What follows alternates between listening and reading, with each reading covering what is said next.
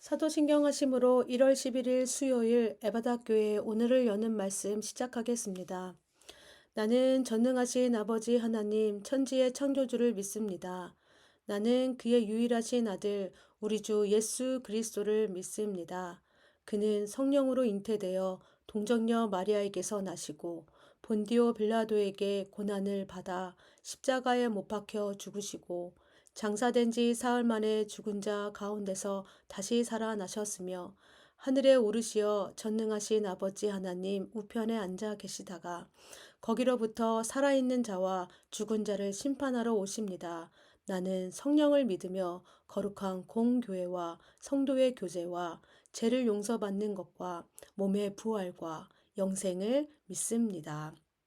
아멘. 오늘 우리에게 주신 하나님의 말씀은 출애굽기 9장 27절에서 35절까지 말씀입니다. 하나님의 말씀 봉독하겠습니다. 바로가 사람을 보내어 모세와 아론을 불러 그들에게 이르되 이번은 내가 범죄하였노라. 여호와는 의로우시고 나와 나의 백성은 악하도다. 여호와께 구하여 이 우레소리와 우박을 그만 그치게 하라. 내가 너희를 보내리니 너희가 다시는 머물지 아니하리라. 모세가 그에게 이르되 내가 성에서 나가서 곧 내 손을 여호와를 향하여 펴리니 그리하면 우레소리가 그치고 우박이 다시 있지 아니할지라. 세상이 여호와께 속한 줄을 왕이 알리이다.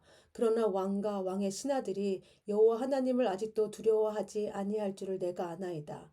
그때에 보리는 이삭이 나왔고 삼은 꽃이 피었으므로 삼과 보리가 상하였으나 그러나 밀과 쌀보리는 자라지 아니한 고로 상하지 아니하였더라. 모세가 바로를 떠나 성에서 나가 여호와를 향하여 손을 펴매 우레소리와 우박이 그치고 비가 땅에 내리지 아니하니라. 바로가 비와 우박과 우레소리가 그친 것을 보고 다시 범죄하여 마음을 완악하게 하니 그와 그의 신하가 꼭 같더라.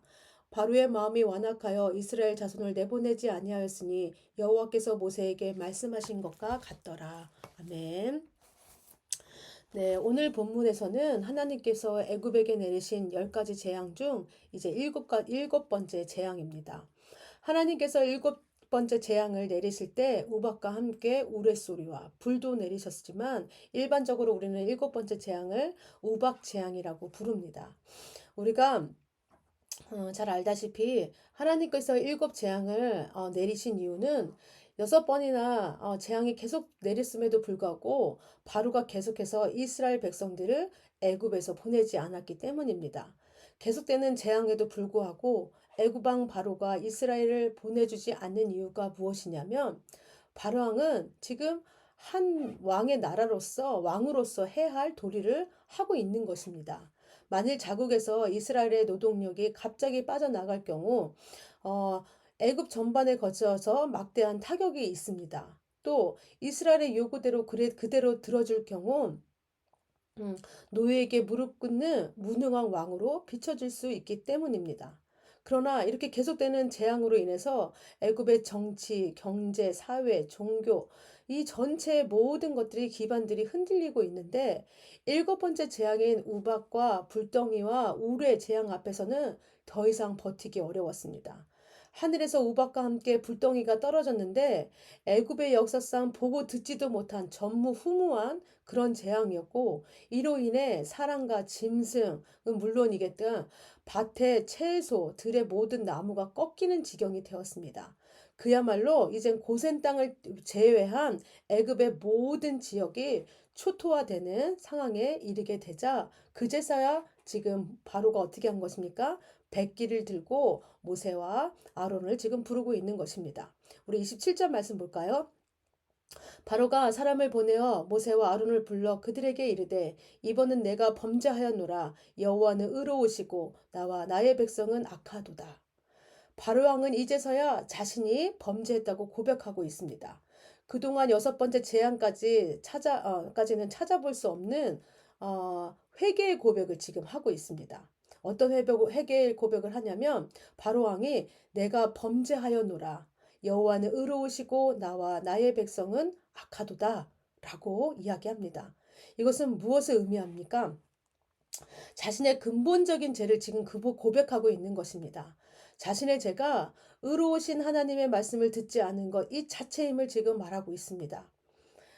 그렇습니다. 죄는 다름이 아닌 하나님의 말씀을 듣지 않는 것입니다. 죄는 본질적으로 마음속으로 하나님의 말씀을 듣지 않고 사람의 욕심과 정욕에 따라 살아가는 것을 말합니다. 내 마음이 하나님께로 멀어지므로 죄가 내 마음속에 들어오게 되고 이 죄악된 생각은 또 어떻게 표현됩니까? 우리의 죄악된 삶으로 삶의 모습으로 비춰지게 된다는 것입니다. 죄는 인간의 마음에 자리 잡고 있으며 마음 중심에서 지정의 즉 인간 전체에 영향을 미치며 이것은 육체를 통해 나타난다는 이야기입니다. 마가복음 7장에서 15절 16절에 무슨 말씀이 있냐면 무엇이든지 밖에서 사람들에게 들어오는 것이 등이 사람을 더럽게 못하되 사람 안에서 나오는 것이 사람을 더럽게 하는 것이니라. 죄가 뭐냐면 사람들 마음에서 시작된다는 것입니다. 사람의 마음에서 시작된 죄가 어떻게 돼요? 우리 삶의 모습으로 나타난다고 지금 말씀하고 있습니다.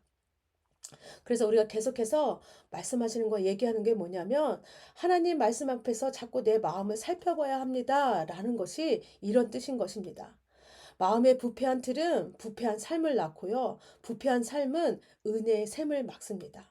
하나님께서 말씀하시는 것을 듣지 못하게 하고 은혜를 받아 누리지 못하는 게 뭐냐면 바로 내 마음속에 있는 죄로부터 시작된다는 것입니다.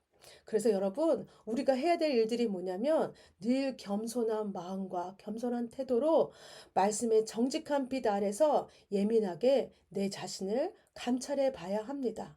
내 속에 있는 교만한 모습들은 무엇인지, 제된 모습들은 무엇인지를 계속해서 봐야지만이 제가 내 마음에서 싹이 나지 못하고 자라지 못하고 그 안에서 자라지 못할 때 내 바깥의 모습으로도 나타나지 않는다는 것입니다. 예, 이렇게 그런데 쟤는 어떻게 해요? 교묘하게 자꾸 공격해 들어와서 우리 마음을 부패로부터 자꾸 부패하게 만듭니다. 죄를 가지게 만듭니다. 그래서 계속해서 말씀드리는 것이 우리가 하나님 앞에 내 마음을 살펴보면서 제가 자라지 않도록 이 부패한 것이 나를 지배하지 않도록 내 마음을 계속해서 지켜나가는 것이 가장 중요하다는 것입니다. 이 부패로부터 내 자신을 지키는 여러분들이 되기를 원합니다. 이렇게 죄로 멀어질 때 하나님부터로 오는 그 은혜와 사랑을 우리가 더 잘 누리고 살아갈 수 있다는 것입니다. 그럼 바로가 드리는 기도는 진정한 회개의 기도였을까요? 35절에 보면은 바로의 마음이 완악하여 이스라엘 자손을 내보내지 아니하였으니 여호와께서 모세에게 말씀하신가 같더라고 말합니다.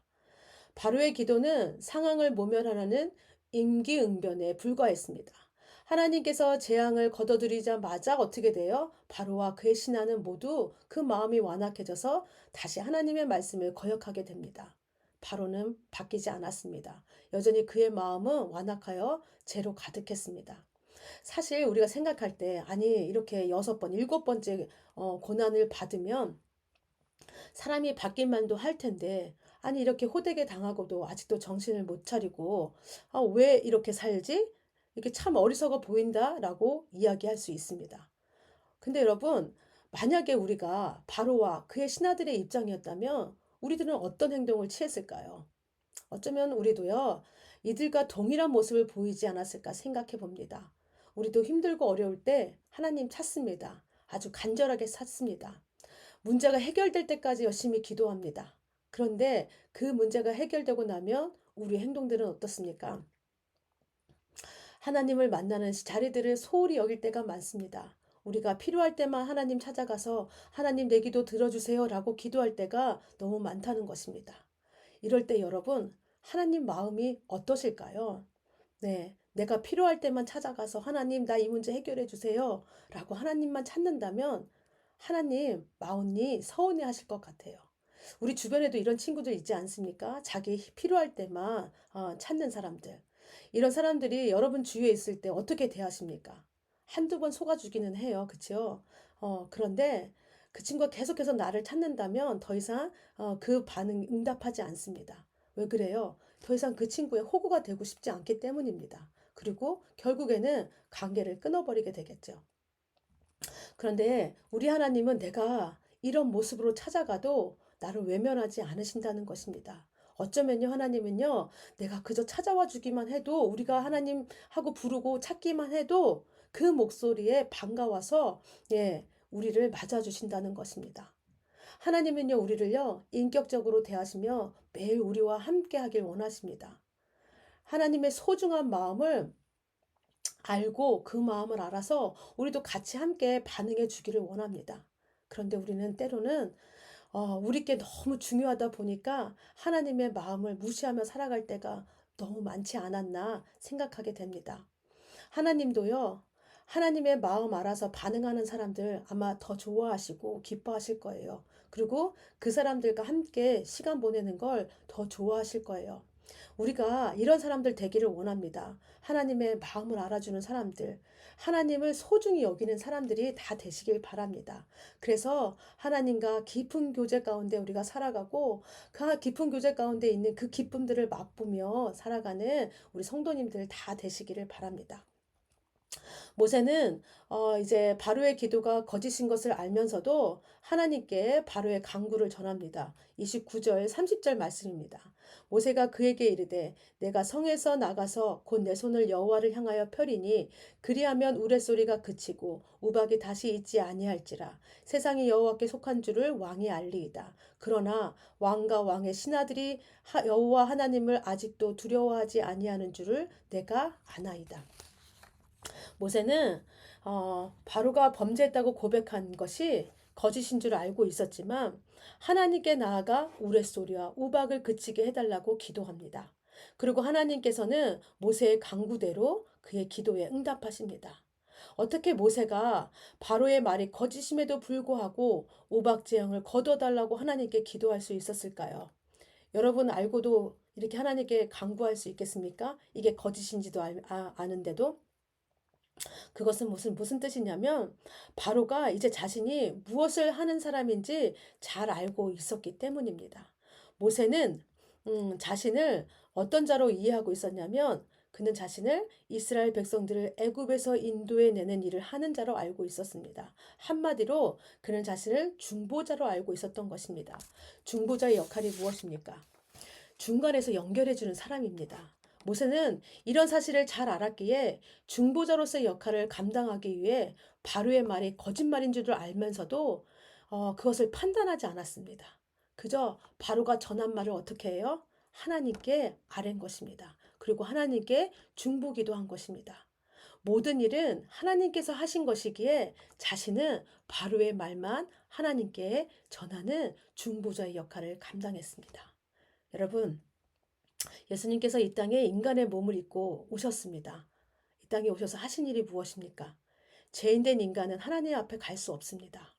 그러나 예수님께서 십자가의 사랑으로 그 구원의 길을 열어놓으셨고 예수님을 구주로 믿기만 하면 하나님의 자녀로 사는 은혜를 주셨습니다. 예수님이 거룩하신 하나님과 죄인인 우리들의 중보자가 되어 주셨습니다.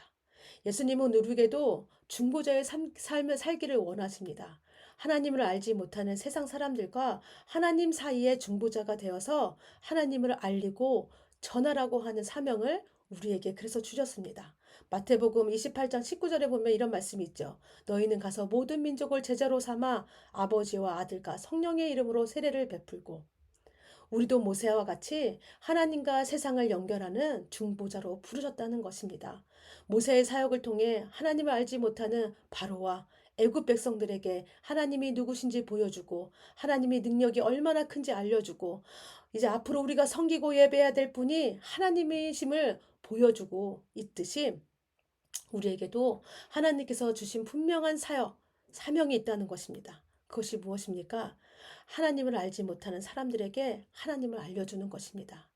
하나님을 예배하지 않는 사람들에게 하나님을 예배할 수 있도록 인도하는 것입니다. 사람들이 무엇을 간구해야 될지 모를 때 우리가 대신하여 간구해 주는 것입니다.